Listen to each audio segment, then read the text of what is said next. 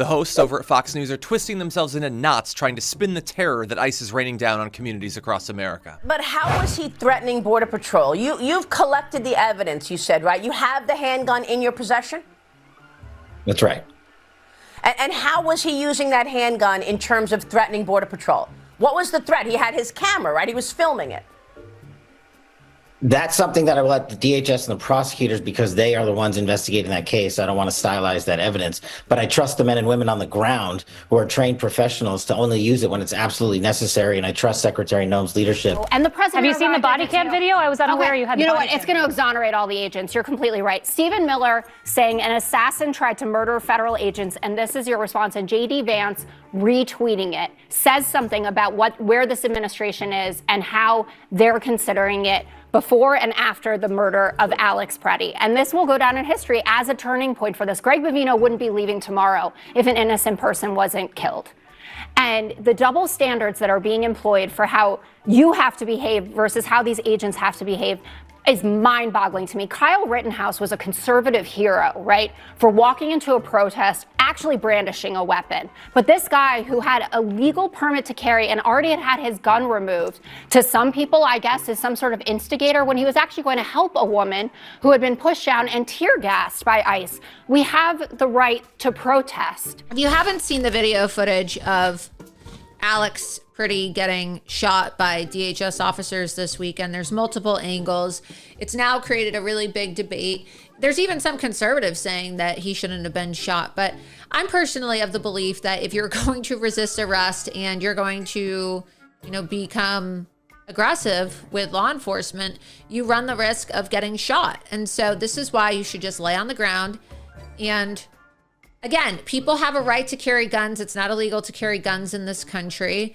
But at the same time, understand that if you become aggressive with police and you bring a gun to a protest, things could go south very fast, right? Things could go south very fast. So you saw Donald Trump's comments today about the Second Amendment. Do you have any thoughts on where he's going with his arguments? I missed what he said about, what did he say? He said specifically that he didn't like that Alex Preddy was carrying a gun. And there was this very strange thing where Republicans were saying that him having a gun during a protest was somehow wrong, which seemed to fly against NRA and all their values for all these years. Yeah. I mean, leave aside the most extremist so-called Second Amendment people. I mean, the people who really want to use the Second Amendment as a wedge issue to divide Republicans and Democrats. But if you take people, there are lots of gun owners who are Democrats, Republicans, conservatives, liberals. If you take the vast majority of law-abiding gun owners, what Donald Trump said is absolutely anathema. It's antithetical to our understanding of the Second Amendment. If you are allowed to be carrying a firearm under a concealed carry or an open carry law, and Minnesota has both, then you are in lawful possession of your weapon. It does not give the government the right to arrest you, to club you, to assault you, much less to kill you. And moreover, they had removed the weapon from him when they discovered it. He never reached for it. He never brandished it, contrary to their lies. But after it was removed from him, they proceeded to shoot him 10 times. So anybody who believes in the First Amendment and anybody who believes in the Second Amendment has got to regard that as a 5-alarm fire. With that being said, you can't have guns. You can't walk in with guns. What about the Second Amendment? Listen, you can't walk in with guns. You can't do that. But to uphold our Second Amendment, I will ask Congress to put a bill on my desk delivering national concealed carry reciprocity. We will protect and have protected our Second Amendment. I will fully uphold and defend our Second Amendment. For years, I will fully uphold the Second Amendment. It's going to be in good shape. I will fully uphold the Second Amendment. The Second Amendment is under siege. Just as I did for 4 years, I will fully uphold the Second Amendment. Years, I will fully uphold our Second Amendment.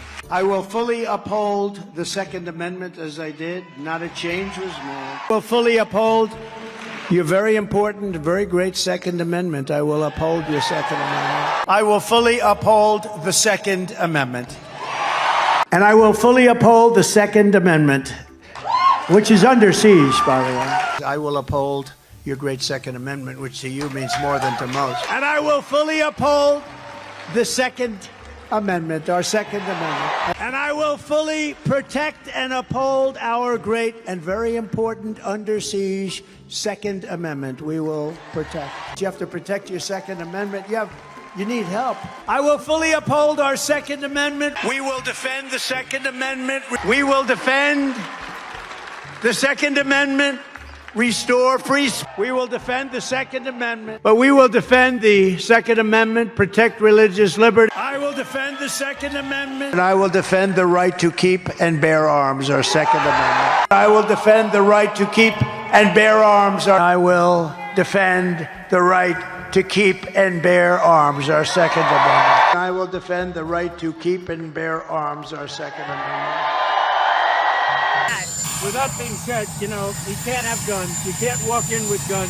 What about the Second Amendment? Listen, you can't walk in with guns. You can't do that. Why does a nurse feel compelled to go confront ICE armed with a 9mm handgun? Only one person could have prevented this from happening, and it's Alex Preddy. He should not have been there. He should not have confronted ICE. I don't know. I know more people who conceal carry than people who don't conceal carry. I don't know a single person who conceal carries who would go up and confront police, especially if they were armed. When he's out there doing that, and that he lacked that yesterday, agents had a reason to deal with him. He was actively resisting. He was assaulted. He was combated. They looked like they went to take him down. Obviously, he was fighting them. And again, as the videos we've seen, show different actions. We've got more to follow up on. But what he did put agents in a situation where they had to use deadly force. It's unfortunate. Some people have suggested that there have been reports by Peter Schweitzer and others saying that the Mexican government potentially involved. Politically speaking, this distraction, let's be honest, has been good for Governor Walz. Who's out there? You've got the liberal media, the National Socialist, all those communist groups that are there to divert.